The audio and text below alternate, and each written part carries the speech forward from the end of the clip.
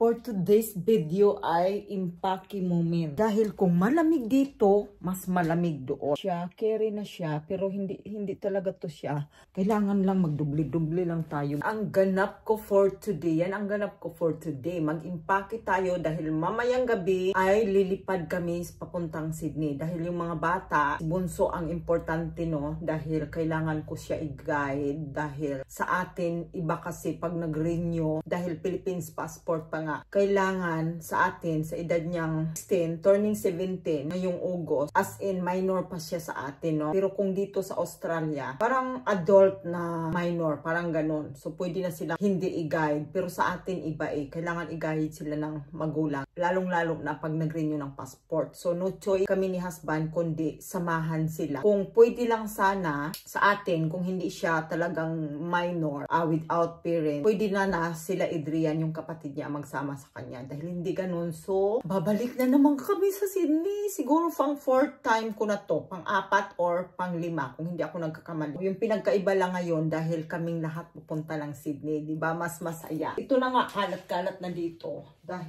Pero this time, dahil sobrang lamig, kung mas malamig dito sa Perth, doble ang lamig doon. Lalong-lalo na ngayon, nakita namin, chinichik ni husband yung weather. Umuulan, sobrang madilim, cloudy, na grabe, hindi mo. So, ito na, ilagay ko na to. Wala tayong arte-arte, kimis-kimis doon na magpasiksik dahil nga hindi pwede dahil lamig ang mangyayari. Ayan, sobrang mga panglamig yan, ang mga dadalhin ko. Hindi alam kung ano yung isusuot ko sa eroplano. Simple na lang siguro, di ba? Simple lang. Para gusto natin, di ba, pag sa eroplano, yung comfortable tayo. So, ito, either ito, tapos dublihan ko pa to ng, tingnan natin. So, lagay muna natin. Kasi akala ko yung pula na lang yung isusuot ko. Ito ba? Ito siya. Ito ko, ito din dahil comfortable naman to. Ayan. Pero, dudublihan pa rin natin yan. Para sure na hindi tayo lamigin. Kasi araw-araw may mga ganap kami ni husband. Ang dami namin mga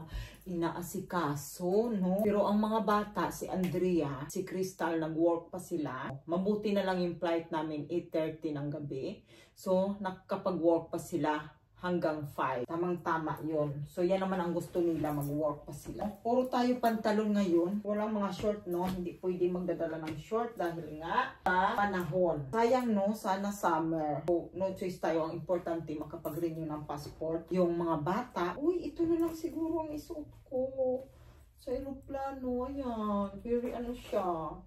Ito na lang, tapos pantalon, no? Kasi nito, ayan. Never ako nagsusuot ng black, pero nataypan ko lang talaga to. So, para siyang balahibo na sobrang lambot. Sila, Adrian at si Andrea, nakapag-impake na sila kahapon. O si Adrian kagabi lang din, dahil may work din siya. Grabe ang buhay dito. Busy! Marot! Parang busy everyday ang life. Yeah, alam mo, kabili ko lang to the other day, H&M. Ang ganda, no? Kaso lang, hindi to siya pwede sa Philippines. Ano lang to, sa mga bansa na taglamig. Ito din! Sobrang nagustuhan ko siya. Ito na yung uso ngayon, di ba? Yung maluag yung baba. Super confident to. Alam niyo ba, sa kids section ko to nabili. Sometimes yung size ko, mahirap hanapin. Doon na lang ako bumibili minsan sa mga pangbata. Yung why not, di ba? Ito, leather. Kailangan ko ding dalhin to kasi for sure, ito yung tamang-tama, hindi ka rin mababasa dahil leather nga siya.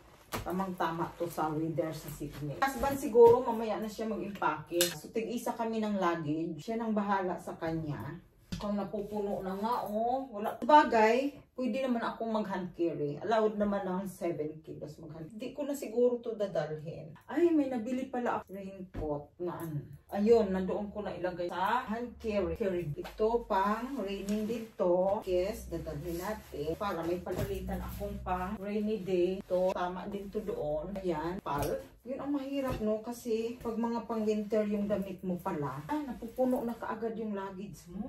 Makakapal bagong bili ko din to siya. Ang cute. Mabuti na lang kamo naka-sale. Lagi naman may sale. Ang maganda dito, nagsisale talaga ng bunggang-bungga. Ayun lang ang ganap for today's video, mga kagwapa, mga kainday. Thank you! Pusin ko lang muna yung mga gagawin ko ngayong araw na ito.